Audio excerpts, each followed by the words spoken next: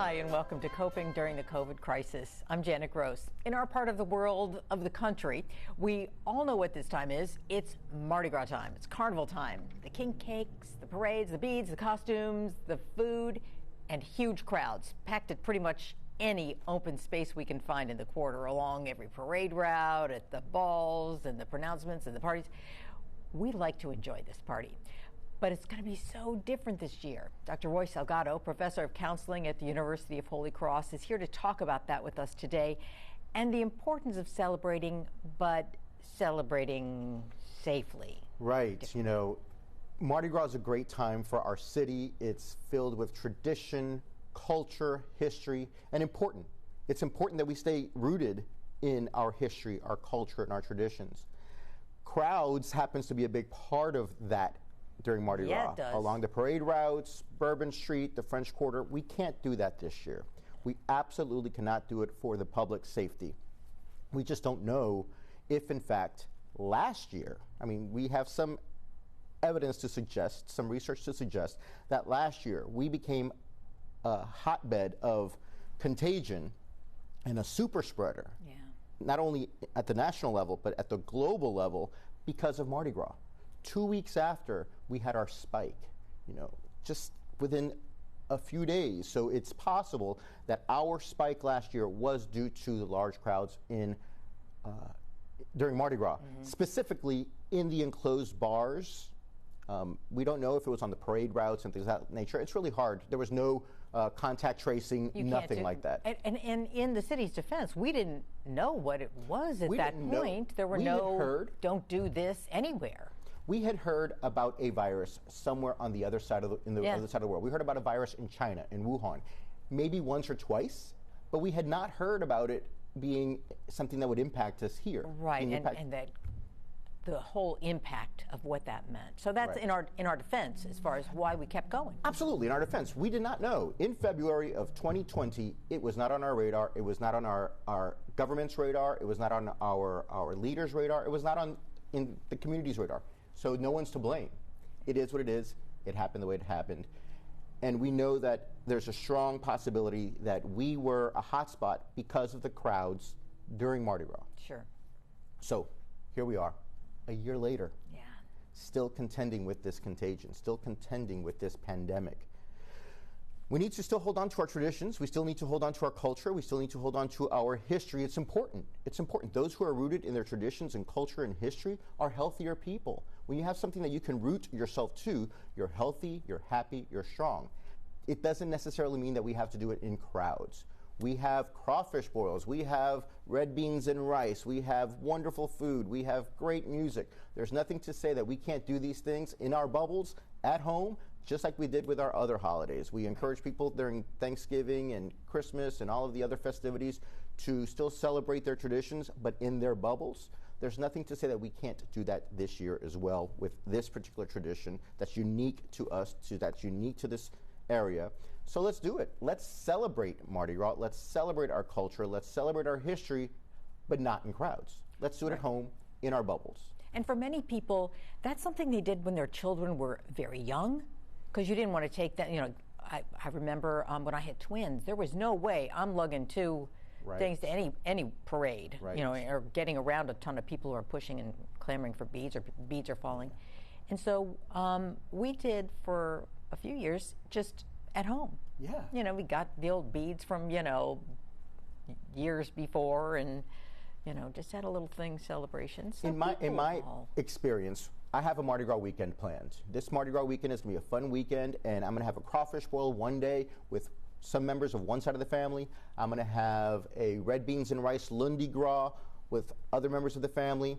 On Mardi Gras Day, I'm going to sit on my front porch. Perhaps other members of my neighborhood are going to sit on their respective front porches. We're going to listen to Mardi Gras music and just be out there on our front porches, socially distancing in community and experiencing the wonders that our culture and our city has to offer, while also maintaining the CDC guidelines with social distancing, washing our hands, wearing Mardi Gras masks perhaps as opposed to the other masks, and just enjoying the time, but doing it in conjunction with the expectations to maintain public safety and overall general welfare and health. And it's a good thing we've had some practice at social distancing at events, or at, not events, but at being in places, maybe at the workplace, or, you know, for some kids in school. So you're kind of used to that. So it's not, you know, I know that old familiar feeling of celebrating and, you know, hugging, getting real close and doing all that is part of Mardi Gras. But we've had a little experience now that we've gotten used to it. You know, I'm a hugger. I'm a hugger, or better said, I used to be a hugger. You are. You're just in pause mode. I'm in pause mode for the time being, yes. And so, you know, we're just going to continue being that way for this holiday, for the foreseeable future, and one day we'll be able to hug again. Right. And so it is important to not just give it up. Right. Yeah. You know, we were told that we're not going to have parades some time ago, and people were like, oh, you know, kind of, you know, down about it. Just turn it on its head, reframe it. Some of the things that the city has done, you know, floats in the Oaks, a wonderful thing. NOLA Jam, the house floats that have popped up everywhere. People are ingenious, industrious, and creative, and these are some great things that I bet will probably continue beyond the pandemic. I think so too, because we're creative here. We are. If there's a way to have a good time, we're going to find it. And as we should. Okay, well, when we come back, we're going to talk more about the importance of keeping your spirits up when the party is changed. So stay with us.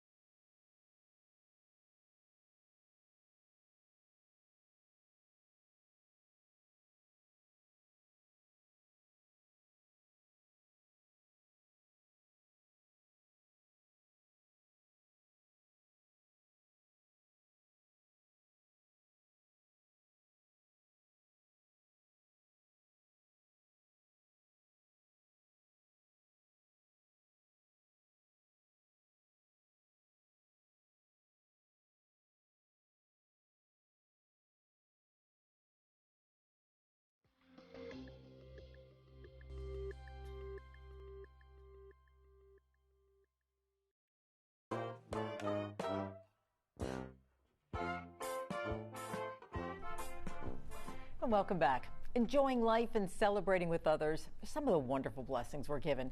But for nearly a year now, we've been challenged to do some of that differently, responsibly, even minimally. Dr. Michaela Hartline, Assistant Professor of Counseling at the University of Holy Cross, joins us now. Dr. Hartline, let's talk about this for a minute. A changed celebration versus just skipping it. Yeah, I think it's important for all of us, especially during this time where things have been so chaotic, is to try and celebrate, you know, in a safe way this Mardi Gras season, because it is important to our mental health to sometimes enjoy life and, you know, like you said, responsibly, and making sure that, you know, we're still safe while we're doing it, but to try and be creative and come up with new ways to enjoy this Mardi Gras season. I know for me personally, I'm a big Mardi Gras fan. I've ridden in both New Orleans cruise as well as Jefferson cruise. And so this year for me, as you can see, I tried to decorate, you know, inside and outside my home with the purple, green, and gold, as well as, you know, planning with my family and that are in my bubble, maybe doing like a virtual parade. You know, people are parading using for birthdays, so we're going to try and incorporate that for Mardi Gras as well. So, you know, maybe have some specialty throws within our family and able to experience, you know, Mardi Gras in the best way we can with the times that they are right now. That's a great idea. You know, we can be so creative with some of these things that it's just, it's a beautiful thing, really. It really is. You know, I love the idea of taking what has already been done throughout the year with these birthday drive-through caravans to turn it into a Mardi Gras parade within your bubble, within your family. It's a great idea. It's a responsible compromise to not having a big, large crowd, but a small, more intimate, safe, social distancing family parade. Right, and with, like Dr. Hartline, she's used to being in the actual floats, so this is just going to be a little shorter for her. Right. You know, and but people, you know, in your house or your family, you know, your near family, they get a little sense of, oh, this is fun. You know, it is fun. You're playing. Yeah. We need to play in our lives as well. Life is not meant to just be work and difficulties. You're supposed to enjoy it. We have one life to live. We need to enjoy it. Right. Dr. Hartline, I guess, you know, this is something you've really thought about, and having been involved with Mardi Gras for years, do you think it's hard for people to come up with things like this, or do you think it's kind of where we are in our community to think we are going to do this? We're dedicated to having fun. I think that when other people are coming up and having these creative ideas like the house floats and things like that, kind of gets the creative juices flowing for other individuals. And, you know, like Dr. Salgado said, adapting what is already being done and making it fit. I think, you know, we are in a time right now where if you can find something that works, I shared the idea with my neighbors. I think they're going to do the same thing. And, you know, just trying to get everybody involved who enjoys Mardi Gras. You know, my neighbor and I both have small children at home, and they're still off of school, so they're missing out on that experience also. So finding a way that's safe for them to be involved, and, you know, possibly a once-in-a-lifetime opportunity depending on, you know, what Mardi Gras looks like next year. This is going to be something that they remember for a while. You know, and when you think of Mardi Gras too, you think of people along the parade routes in front of their homes, especially on Canal Street or St. Charles, and having their parties. That doesn't mean that that can't happen in some way without a parade. You can have your parties small, within your bubble, on your front porch. You know, I know that in my neighborhood, I have an expectation because the people in my neighborhood kind of decorated for Mardi Gras, myself included. And I believe that we're going to be on our porches, you know, enjoying the afternoon and just not necessarily interacting with one another, but just being there in community. I mean, people have always done that in this area where you just sit on your front porch and you wave to those that are walking down and you have a good old time. There's nothing that says that we can't do that this Mardi Gras as well as the other things that we have to enjoy. We have so much. Our culture goes beyond parades. We have crawfish boils. We have red beans and rice again. We have all these different things that we can do throughout the course of the upcoming days to celebrate our traditions. And really, in this area, it's amazing that you're not the crazy person if you're walking down the street in a costume on Tuesday. Right. You know what I'm saying? You're hey. Yeah. We love those. Bring out those costumes. Wear those masks. We're used to masks. This year, bring out those Mardi Gras masks. True too. Dr. Hartline, I guess, you know, if you don't do these kinds of things, if you and I'm not talking only about Mardi Gras, but certain, you know, traditions in your family or parties or experiences that are just fun. If you don't do those, if you just let COVID take it away, that's got to have an effect mentally, right? Oh, absolutely. You know, you'll start seeing increased signs of depression, especially isolation. You know, they're sticking within their home. They're not leaving and trying to get out. And like Dr. Salgado said, life is meant to be enjoyed. And, you know, if we stay at home and we don't try and do just the small things, then you will see increase of depression, you know, anxiety, isolation within an individual. And it is easy to actually go out and do some of these things. Yes, you know. And not go out. I said go out, but right. To do some of these Sure. things. You know, and to Dr. Hartline's point, the mental health issues that we're contending with are real. And this whole, you know, program that we have is to help people cope during this crisis. And what better way to cope than with the things with which you are familiar, the things that bring you comfort, the things that bring you joy. Those are the things, the tools that we use to bring us comfort. So Mardi Gras in New Orleans is a big part of that. Let's embrace it and let's use it to help us get through this pandemic. Mm-hmm. And when you do these things, you can also incorporate all the things that we've been told. You know, maybe disposable plates for your, right? For your, yeah. You know, I went and I got my purple, gold, and green disposable plates and napkins and forks and all that good stuff, and we're good to go. Yeah. Okay. So, how is it for you personally to not be riding in a float? I mean, a lot of people feel like this is just it's depressing to really, maybe in some instances even, to see some of the things that are going on without the fanfare and all of the fun that goes with that, festivities. Well, you know, part of riding for me is, you know, I'm able to share that experience with both my mom and my best friend. So, you know, it's about enjoying the time together. So, like we've been talking about here today, changing that up a little, and, you know, how can we get those creative juices going and still enjoy Mardi Gras and the festivities in a safe way. I would decorate certain, items to throw to my family members. So I kind of changed that up this year, and I decorated centerpieces for my table, and to still have that sense of Mardi Gras for me. Just changing it a little bit, like finding out what it is that I enjoyed about Mardi Gras, and changing it a little bit to make sure that I was still getting that experience. Okay, that's great advice too, and anybody can do that. It's all within us to create something else out of it's therapeutic and lemonade. cathartic to do so. Yeah. To get those creative juices flowing is therapy.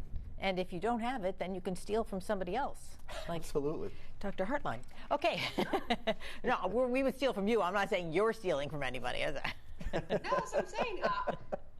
Any ideas I have, I'll be willing to share them. There we go. All right. Thank you, Dr. Hartline, for joining us. We'll be back in a moment. Stay with us.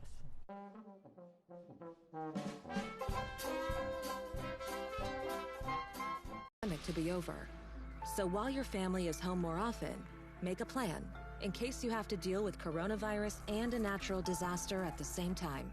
Ready.gov/plan has the educational tools and resources to help your family prepare for emergencies and find information on how the coronavirus may affect your plan. Disasters won't wait, neither should you. Make a plan with your family today.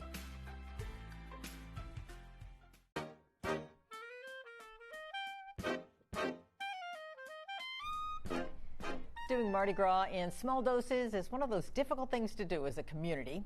Everything is bigger, from crowds to floats to garbage even. Excess is kind of one of those hallmarks of this holiday, so changing that around in our head can be hard to do. I mean, really, when you think about it, it's, it is excess, and now it's minimal. Yeah, people love Mardi Gras or they hate Mardi Gras, but those that do love Mardi Gras, those that are involved with the crews and the crowds and the industry and the business and everything that all that entails, a lot of those people feel let down, and they had felt let down several months back when they heard that there may not be a Mardi Gras, and then even more so when they realized that not a Mardi Gras, we mean by not having the parades and the crews being asked or told not to ride, that they would not get their permits to parade this Mardi Gras season. A lot of disappointment. Fine, and we get it. We can get through disappointments, and we can adjust and adapt to those disappointments. And so, we can roll with it. Let the good times roll. Laissez les bon temps rouler. We can just roule differently this year than other years. Right. And, there's nothing to say that we can't do it smaller. And sometimes smaller is good and better. Front porch Mardi Gras, backyard barbecue or crawfish boil Mardi Gras. Just keeping it simple and small and with the people in your bubble. And we can still have Mardi Gras without the crowds. It's still a possibility. And you want to keep that in your life. If it's a part of your life, you don't want to just diss that or dismiss it. It's important. We need our tradition, the things that we are familiar with, the things that we can count on, the things that bring us comfort, continue to do so. And it's good for our overall mental health and well-being. We need not throw all those things away just because we have extenuating circumstances. We can adapt. We're creatures that adapt, and clearly we're doing it. We see it all over the place. I'm rather impressed with the way everyone adapts to everything in this year. I mean, we've all adapted so well. I'm actually rather impressed with just mankind in general. We're faring better than you would think in many ways. And this is no different. And we're adapting to this, and we can maintain our traditions, and we can keep going, and it's good for us. And it's important that we do so. We need to maintain our traditions for our own mental health. I think of Viktor Frankl. He's a well-known psychiatrist that people in mental health are familiar with, and he was a survivor of the Holocaust, and he was in the concentration camps, and he was the quintessential student of the human being. And even in those circumstances, he was studying those who fared better than those who did not. What was different about those that fared better and that survived the camps? And he saw that they had meaning, that they held on to something outside of themselves. In this case, God, a higher power. I would always encourage people to hold on to something higher than themselves. Absolutely, God. That is a way to get through. Yeah, certainly the way I get through. Yep, me too. But even for those who don't have that, tradition, culture, history, tangible things with which you are familiar that bring comfort are therapeutic. It's good for your overall well-being and health and general welfare. Keep that going. Have the things that are familiar to you a part of your life this Mardi Gras season, this upcoming weekend. It's going to be good for you and good for your family and good for the community overall. It's the thing that makes you feel like home. Right. You know, that the smell of, you know, red beans or the crawfish boil or whatever. Or, hey, I'm definitely in favor of going to get king cakes, too, during this time. Yes, king cakes, yes. Hello. They're still here. I know, and I'm trying to measure just by keeping the little babies on the window ledge so I don't like line the whole thing up, you know what I'm saying? I think I've already lined up quite a few myself. You have to have that counter there or it is a disaster. and it's okay, we have Lent coming up after that, right? So we can kind of put that aside. You can just figure later. I'll take all those things down and eat something else. Exactly. But yeah, it does make you feel like home, and it makes you feel good, and it makes, even if you're just reminded of the things that happened in the past.